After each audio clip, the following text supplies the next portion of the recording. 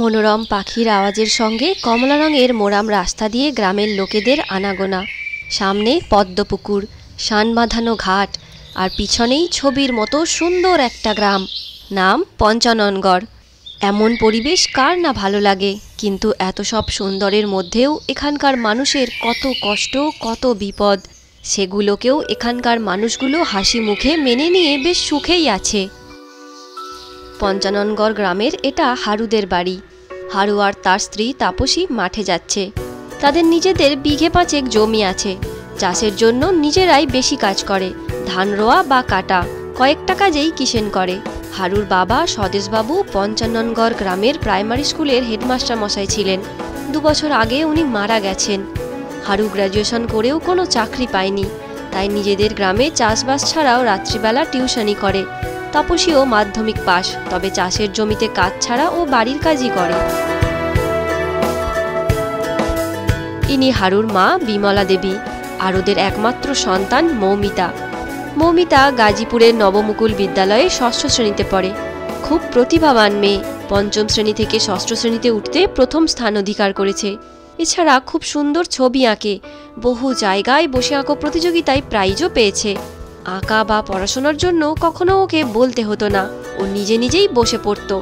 তাই মৌমিতার পড়াশোনা বা আঁকার ব্যাপারে মা, বাবা, ঠাকুমা সবাই খুবই উৎসাহ দিত। এমনকি গ্রামের লোকেরাও ধন্য ধন্য করত। আষাঢ় মাসের একদিন জোর বৃষ্টি শুরু হলো। এই সময়টা বর্ষাকাল, তাই বৃষ্টি হবে এটা কোনো অস্বাভাবিক ঘটনা নয়। বিশেষ করে কৃষক যারা জমিতে চাষবাস করে তাদের জন্য ভালোই, কারণ এই সময়টাই জমিতে ধান রোয়ার কাজ হয়। এই সময়টায় জলের একটু বেশি প্রয়োজন হয়। কিন্তু এই বৃষ্টিটা কোনো সাধারণ বৃষ্টি ছিল না, নিম্নচাপের বৃষ্টি। লাগাতার বৃষ্টি হয়ে যাচ্ছে কয়েকদিন ধরে। এত বৃষ্টি মানে তো খুব মুশকিল, রাস্তাঘাট পুকুর সব ডুবে যাবে। আর যারা চাষবাস করে তাদের জন্য কম চিন্তার নয়। কয়েকদিন ধরে ধান জলে ডুবে থাকলে তো সব নষ্ট হয়ে যাবে, তাই চিন্তার ভাঁজ হারুদের মতো চাষিদের কপালে। হারুও তাই মুখ গোমরা করে দুয়ারে চুপচাপ বসেছিল। 3 দিন টানা বৃষ্টি হওয়ার পর একদিন দুপুরবেলা বৃষ্টিটা বন্ধ হয়েছিল। হারু খুব চিন্তায় আছে যে জমির কি হাল হলো তা দেখার জন্য। জমিতে অনেক জল জমে গেলে আল কেটে জল বের করে দিয়ে আসার ব্যবস্থা করতে হবে, তাই সুযোগটা হাতছাড়া করতে চাইল না। বেরিয়ে পড়ল জমির উদ্দেশ্যে। হারু একাই যেতে চেয়েছিল, কিন্তু তাপসী এই দুর্যোগের জন্য ওকে একা যেতে দেয়নি, সঙ্গে বেরিয়ে পড়েছিল। কিন্তু হারু আর তাপসী মাঠে গিয়ে কাজ শুরু করতেই ফের বৃষ্টি শুরু হয়ে গেল। কাজ সম্পূর্ণ না করে বাড়ি ফিরতেও পারছিল না। হারুদের জমিগুলো আশেপাশের জমির থেকে তুলনায় উঁচুতে ছিল, তাই জমির আলগুলো কেটে দিলে জমি থেকে জল বেরিয়ে যাবে, এর জন্য ফসলগুলো বেঁচে যাবে। তাই হারু ভিজে ভিজেই আলগুলো একটু একটু করে কাটছিল, আর পাশেই তাপসী ছাতা কাটিয়ে দাঁড়িয়েছিল। সারা মাঠ জল থই থই করছিল, বেশিরভাগ জমি জলে ডুবে গেছে। হারুদের একটু দূরেই আরও 2টো লোক জমিতে আল কেটে জল বের করার কাজ করছিল। কিন্তু এই বৃষ্টি যদি আরও অনেক হয় তাহলে কিন্তু জল বের করেও কোনো লাভ হবে না। দিগন্ত বিস্তৃত পুরো মাঠটাই তখন জলে ডুবে যাবে। তবুও আশায় ছিল, বৃষ্টি যদি থেমে যায়। এই আশা নিরাশার মধ্যেই একটা ভয়ঙ্কর ঘটনা ঘটে গেল। ছোট্ট একটা শব্দে আলোর ঝলকানিতে চোখ ধাঁধিয়ে গেল। সম্বিত ফিরে পেতেই লোক দুটো দেখল হারু আর তাপসী জলকাদার মধ্যে পড়ে রয়েছে। তাদের কাছ থেকে ধোঁয়া উঠছিল। বুঝতে আর বাকি রইল না যে তাদের দুজনের উপরে বজ্রপাত হয়েছে। এদিকে বিকেল গড়িয়ে সন্ধ্যা হতে চলল। এখনো হারু আর তাপসী বাড়ি ফেরেনি, তাই ছোট্ট মেয়ে মৌমিতা আর বৃদ্ধা মা বিমলা দেবী খুব চিন্তায় পড়ে গেছে। তাপসী দুজনকেই বলে গেছে এই বৃষ্টিতে বাড়ির বাইরে না বেরোতে, তাই দুজনেই নিরুপায় হয়ে তাদের জন্য অপেক্ষা করছিল। সন্ধ্যা পেরিয়ে রাত হয়ে গেল, বৃষ্টিও থেমে গেছে। হারু আর তাপসীও বাড়ি ফিরে এসেছে, কিন্তু জীবিত নয়, মৃত। একটু দূরেই মাঠে কাজ করা লোক দুটি গ্রামের লোককে ডেকে সঙ্গে সঙ্গেই দুজনকে হসপিটালে নিয়ে গিয়েছিল। কিন্তু ডাক্তারবাবু বলেন বজ্রপাতের সঙ্গে সঙ্গেই দুজনেই মারা গেছে। গ্রামের লোকেরাই মৃতদেহ দুটি বাড়িতে এনেছে। সৎকারের ব্যবস্থাও তাদেরকেই করতে হবে। এখন সবাইয়ের চিন্তা হলো বৃদ্ধা মা আর ছোট্ট মেয়েটার কি হবে।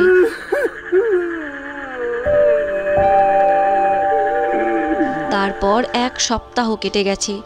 বিমলা দেবী ছোট্ট মেয়ে মৌমিতাকে সামলাবে কি, নিজেই মানসিকভাবে ভেঙে পড়েছেন।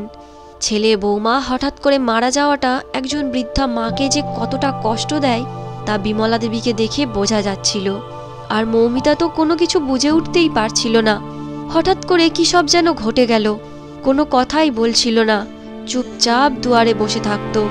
পাড়া প্রতিবেশীরা যে যখন পারত এসে সান্ত্বনা দিত, বিভিন্ন পরামর্শ দিত, খাওয়া দাওয়ার ব্যবস্থা করে দিত। তারপর 1 মাস পর বিমলা দেবী মৌমিতাকে স্কুলে পাঠাতে শুরু করলেন। সাবধানে যাবি, রাস্তার এক ধার দিয়ে যাবি, 2 দিকে তাকিয়ে গাড়ি আসছে কিনা দেখে রাস্তা পার হবি। স্কুলে ছুটি হলেই সোজা বাড়ি চলে আসবি। মৌমিতা বাড়িতে একদম কথা বলছিল না, সব সময় গুমড়ে গুমড়ে থাকছিল। অভিজ্ঞ বিমলা দেবীর মনে হয়েছে স্কুলে গিয়ে বন্ধুদের সঙ্গে থাকলে হয়তো মনটা ঠিক হয়ে যাবে। তাই কোনো রকমে ভাতে ভাত করে খাইয়ে মৌমিতাকে স্কুলে পাঠানোর সিদ্ধান্ত নিয়েছিল। তারপর 10টা বছর কেটে গেছে। এই 10 বছরে পঞ্চাননগড় গ্রাম দেখেছে একজন অশীতিপর বৃদ্ধার লড়াই। নিজেদের জমিগুলোকে গ্রামের একজনকে ঠিকেতে চাষ করতে দিয়ে সেই আয় থেকেই সংসারটা চালিয়ে নিয়ে গেছেন। মেয়েটাকে বড় করেছেন। আর গ্রামের লোক সাক্ষী থেকেছে একটা একরত্তি মেয়ে সমস্ত দুঃখ কষ্ট অভাবকে সঙ্গে নিয়ে কিভাবে বড় হয়েছে। আসছি ঠাকুমা, সাবধানে থাকবে, তুমি সময় মতো খেয়ে নেবে কিন্তু। আর দুপুরে খাওয়ার পরে একটা ওষুধ আছে, মনে করে খেয়ে নিও। 10 বছর পরেও একই দৃশ্য। বিমলা দেবী দুয়ার থেকে নেমে দাঁড়িয়ে আছেন। কিন্তু মৌমিতা বড় হয়েছে, তাই আর ঠাকুমা নয়, বরং নাতনি ঠাকুমার খেয়াল রাখছে। মৌমিতা এখন সিংহবাড়ি মোড়ে যাবে, ওখান থেকে বাস চেপে হেকিমপুর যাবে। ওখানে একটা কোচিংয়ে ক্লাস করবে। এই বছরই খুব ভালো মার্কস পেয়ে গ্র্যাজুয়েশন কমপ্লিট করেছে, এখন চাকরির প্রস্তুতি নিচ্ছে। প্রত্যন্ত গ্রামের মানুষ এমনিতেই খুবই মিশুকে এবং পরোপকারী হয়, কিন্তু কিছু কিছু ব্যাপারে মানসিকতা অবাক করার মতো। তার মধ্যে একটা হলো, কোনো মেয়ে যদি 20 বছর বয়স হয়ে গেছে তাও বিয়ে দেওয়া হচ্ছে না। অনেক প্রতিবেশীর কাছেই এটা মাথা ব্যথার মতো। এমনই একজন হলেন পাড়ার বিশুর মা। বাড়ির সামনে দিয়ে যাচ্ছিল, বিমলা দেবীকে দেখে বাড়ির ভিতরে ঢুকলো। কি করছো গো দিদি, বসে আছো? মৌ বেরিয়ে গেল বুঝি? একা থাকো তো বড় চিন্তা হয়। এখান দিয়েই যাচ্ছিলাম, ভাবলাম একবার দেখা করে যাই। তা ভালোই করেছো, সকালেই মৌ পড়তে গেছে, এখন তো আর কাজকর্ম কিছুই নেই, তাই একটু বসে আছি। তা হ্যাঁ গো দিদি, মৌ আর কত পড়বে? শুনলাম তো কয়েকদিন আগে ও আর একটা পাশ করলো, এবার একটা বিয়ের ব্যবস্থা করো। লেখাপড়া জানা মেয়ে, দেখতে শুনতেও ভালো, পাত্তর পেতে অসুবিধে হবে না। কথাই বলে মেয়েরা 20তে বুড়ি। এই বয়সে তো আমরা 2 ছেলের মা হয়ে গেছি, আর দেরি করলে কিন্তু বিয়ে দিতে পারবে না দিদি। তুমি যদি বলো তবে কর্তার কাছে আমি কথাটা পারবো খন, বুঝেছ? না গো বিশুর মা, এই ব্যাপারে তোমাকে এখন কথা পারতে হবে না। আমাদের মৌ এখন বিয়ে করবে না বলেছে, আগে একটা চাকরি পেয়ে নিজের পায়ে দাঁড়াবে, তারপর বিয়ে করবে বলেছে। ও, বিয়ে করবে না এখন, চাকরি করবে, নিজের পায়ে দাঁড়াবে? মেয়ে হয়ে আবার চাকরি করবে, নিজের পায়ে দাঁড়াবে? বাপের জন্মে শুনিনি। যুগে যুগে আর কত কি দেখতে হবে জানি না বাপু। ঠিক আছে গো দিদি, চললাম, ঘরে আবার এক গাদা কাজ পড়ে আছে।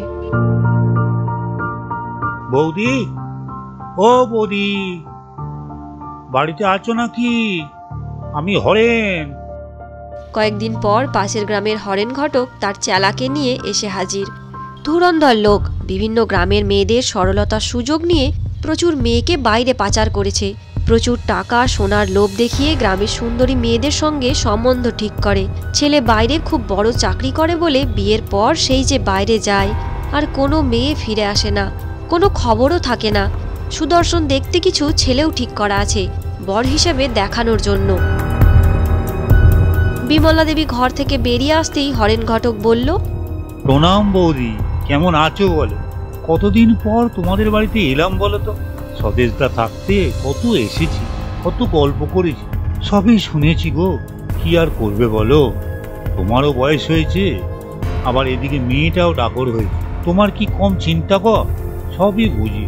বেশি পাঁয়তারা না করে আসল কথাটা কি বলতে চাও সেটাই তাড়াতাড়ি বলে ফেলো তো বাপু। দেখো, মাথার উপর একটা বড় মেয়ে থাকাটা যে কত বড় দায় সেটা আমি ভালো করেই জানি। সামান্য একটু পারিশ্রমিক নিয়ে এ যাবৎ আমি যে কত মেয়েকে সুপাত্রস্থ করে এসেছি তার কোনো হিসেব নেই। আবার তোমার মতো অসহায় কাউকে দেখলে মনটা কেমন হয়ে যায়, থাকতে পারি না। আমার দয়ার শরীর তো। তা আমি একটা দারুণ অবস্থাপন্ন সুদর্শন পাত্রের সন্ধান এনেছি, একেবারে হীরের টুকরো। তোমার নাতনির সঙ্গে যা মানাবে না, একেবারে। থাক, আর বলতে হবে নেই। আমার নাতনি এখন বিয়েই করবে না, তাই এই সমস্ত কথাবার্তা আলোচনা করে কোনো লাভ নেই। ঠিক আছে বৌদি, নমস্কার। আপনার কখনো যদি মনে হয় নাতনির বিয়ে দেবেন, আমাকে খবর দেবেন, আমি ঠিক চলে আসবো। হ্যাঁ, কারো যদি কোনো বিষয়ে প্রতিভা থাকে আর সে যদি সেই বিষয়ে ক্রমাগত পরিশ্রম করে যায়, তাহলে তার সাফল্য অনিবার্য। শত প্রতিকূলতা সত্ত্বেও সে থেমে থাকে না। মৌমিতার ক্ষেত্রেও ব্যতিক্রম হয়নি। 2 বছরের মধ্যে সে একটা ভালো সরকারি চাকরি পেয়ে গেল। আজ মৌমিতা প্রথম দিন অফিস যাচ্ছে। গ্রামের অনেকেই ছুটে এসেছে। সবাইয়ের মধ্যে একটা আলাদা উন্মাদনা। গ্রামের মেয়ে মৌ সরকারি চাকরি করতে যাচ্ছে, এটা তাদের কাছে একটা বড় ঘটনা। মৌ শাড়ি পরেছিস, সাবধানে বাসে উঠিস কিন্তু। এই মুহূর্তটা বিমলা দেবী তাড়িয়ে তাড়িয়ে উপভোগ করছিলেন। মন দিয়ে কাজ করবি। দুগ্গা দুগ্গা। এই গ্রামের লোকেরাই এতদিন মৌমিতার পড়াশোনা চালিয়ে যাওয়াটাই ভালো চোখে দেখেনি। মেয়েরা পড়াশোনা করে চাকরি করবে, এটা সবার কাছে অস্বাভাবিক ঘটনা। মেয়ে মানে তো স্কুলের পড়া শেষ করতে না করতেই বিয়ে দিয়ে দাও। প্রত্যন্ত গ্রামে প্রচলিত ধ্যান ধারণার বাইরে বেরোনোটা একটা লড়াই। প্রচুর প্রতিকূলতার মধ্যে এগোতে হয়। সেই লড়াইয়ে বিমলা দেবী আর মৌমিতা জিতে গেছে। ঠিক 1 বছর পরের ঘটনা। পাশের গ্রাম মনোহরপুরের নামকরা পরলোকগত উকিল সতীশবাবুর স্ত্রী, বৌমা আর নাতি ঋদ্ধি এসেছে বিমলা দেবীর বাড়িতে মৌমিতার সঙ্গে ঋদ্ধির বিয়ের ব্যাপারে কথাবার্তা বলতে। মৌমিতা যে কোচিংয়ে পড়তো সেখানেই ঋদ্ধি কয়েক বছর আগে পড়তো। কোচিংয়ের স্যার এই সম্বন্ধটা করে দিয়েছেন। এখন ঋদ্ধি একটা কলেজের প্রফেসর হয়ে গেছে। ঋদ্ধি, তার মা এবং ঠাকুমা পরপর বসেছে। তাদের সামনে বসেছে মৌমিতা, পাশে বিমলা দেবী দাঁড়িয়ে আছেন। ঋদ্ধির ঠাকুমা বলল, দেখো, আমাদের ভট্টাচার্য বাড়িতে একটা ঐতিহ্য আছে, বাড়ির বউ কখনো বাড়ির বাইরে বেরোবে না। ঋদ্ধির স্যার নিতান্তই তোমার ব্যাপারে বলেছিলেন, তাই আমরা এসেছি।